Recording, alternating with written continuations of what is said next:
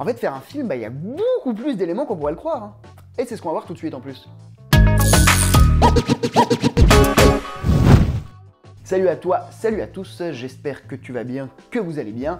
Aujourd'hui, on va voir les différents aspects artistiques d'un film et il y en a vraiment pas mal. Alors déjà, un élément de base très important, c'est forcément le scénario. Donc un bon scénario, une bonne intrigue, des personnages attachants ou en tout cas forts et des dialogues perspicaces. Je pense que c'est 3 éléments importants du scénario. Deuxième élément, l'acting. Alors l'acting, c'est potentiellement votre élément le plus brut, hein. C'est vraiment par l'acteur et l'actrice que va passer l'émotion que vous voulez faire ressentir. Et si votre acteur ou votre actrice est mauvais, ça risque vraiment de sortir le spectateur de la diégèse. Diégèse, n'oubliez pas, c'est le mot je me la pète pour dire la narration. Troisième élément, le découpage. Le découpage, alors voilà, quel plan on va utiliser, dans quel ordre, à quel rythme. Tout ça, ça se réfléchit, ça se pense, ça ne se sous-estime pas. Et tel choix ou tel choix de découpage pourra pas forcément donner le même sens à une même scène. Quatrième élément, l'image. Alors l'image, c'est très large. Dans l'image, il y a le cadre, hein, donc le cadre, je ferai un épisode spécial là-dessus, mais en gros votre valeur de plan, votre angle, votre focale, votre profondeur de champ. Ça, c'est des choses à réfléchir pour son cadre. Il y a aussi le décor qui est souvent oublié par les cinéastes les plus amateurs, hein. Le décor, c'est quand même super important et ça donne vraiment un sens à votre séquence, à votre scène. Et enfin, dernier élément de l'image qui est la lumière qui, outre son objectif d'éclairer pour qu'on voit quelque chose, donne aussi vraiment, comme les décors, une ambiance à votre séquence et ça, c'est un parti pris important. Ensuite, il y a le mouvement. Le mouvement, que ce soit un mouvement de caméra ou alors un mouvement à l'intérieur du cadre, c'est-à-dire de vos personnages, c'est extrêmement important parce que ça va vraiment dynamiser votre séquence. Le choix de ne pas faire de mouvement peut aussi être un parti pris, évidemment, hein. Ça peut, vous pouvez prendre le choix de ne faire aucun mouvement pour, par exemple, montrer le manque de dynamisme, le côté figé de la situation. Bref, vous pouvez vraiment utiliser le non-mouvement comme vous voulez, mais c'est un parti pris de faire un mouvement et c'est un parti pris de ne pas en faire. Ensuite, il y a le son. Alors le son, j'ai fait un épisode entier sur les différents types de sons au cinéma, donc il était assez complet, donc je vous renvoie à cet épisode.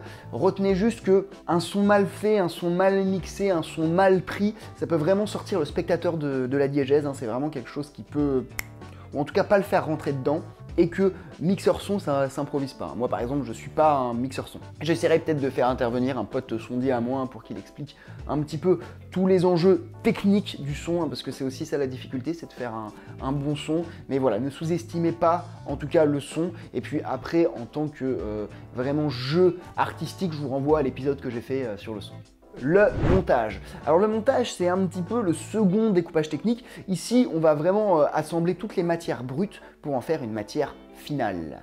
Et puis l'étalonnage, alors l'étalonnage, j'aurais pu le mettre dans l'image, hein, c'est vrai, mais voilà, en gros là, on va faire le dernier travail d'image pour donner vraiment un look à votre film, que ce soit en termes de luminosité, en termes de couleur ou en termes de contraste. On arrive à la fin de cet épisode, mais avant j'ai 2 choses importantes à vous dire. La première chose, c'est que tous ces aspects artistique, retenez bien qu'il n'y a pas une définition arrêtée, hein. Un gros plan, ça ne voudra pas dire forcément ça, telle lumière ne voudra pas dire forcément ça, tel choix de décor, de couleur ne voudra pas dire forcément ça. C'est vous qui donnez le sens à votre diégèse. Après, c'est vrai que dans l'inconscient collectif, on a plutôt des habitudes d'interprétation. Par exemple, une image très contrastée voudra généralement dire quelque chose d'assez dur. Pourquoi? Parce qu'il y a une lumière dure, il y a du contraste.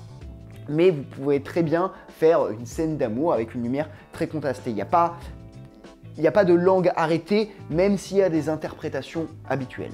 Ça, c'était la première chose, hein, qui est un petit peu paradoxale dans le sens où notre œil, à force de voir des films, il a été habitué à interpréter telle information comme tel sentiment, mais en soi, rien n'est arrêté. La deuxième chose, c'est qu'on a vu l'aspect artistique du film, et un film, ce n'est pas que un aspect artistique. Il y a aussi l'aspect logistique et l'aspect financier, entre autres, hein. Il y a aussi l'aspect humain qu'on pourrait mettre dans l'aspect logistique, mais l'aspect gestion humain qui est important. Donc voilà, un film, c'est quand même beaucoup de choses. Évidemment, on ne peut pas et on ne doit pas être expert en tout. À force de pratiquer, on monte nos niveaux dans tous ces domaines. Puis aussi, généralement, un film, on ne le fait pas tout seul et on s'arrange pour être avec des personnes qui ont des niveaux supérieurs à nous pour tel ou tel aspect. Mais ne vous mettez pas la pression si pour l'instant vous n'avez pas encore de niveau maximum dans tous les domaines qu'on a vu.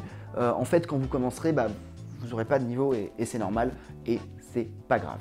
Et prendre du niveau aussi, c'est beaucoup plus facile qu'on pourrait le penser. Voilà, on arrive à la fin de cet épisode. Donc je te dis salut à la semaine prochaine. Comme d'habitude, on n'hésite pas à mettre le petit like des familles parce que ça me fait plaisir et ça me motive. Le petit abonnement des familles, c'est toujours pas fait. Ça aussi, ça me motive et ça me fait plaisir. Si tu es débutant, n'hésite pas à télécharger le guide du premier tournage. C'est un petit PDF pour les débutants, tout simplement. Et voilà, je crois que j'ai tout dit. Donc je te dis à très bientôt pour une prochaine vidéo. Ciao!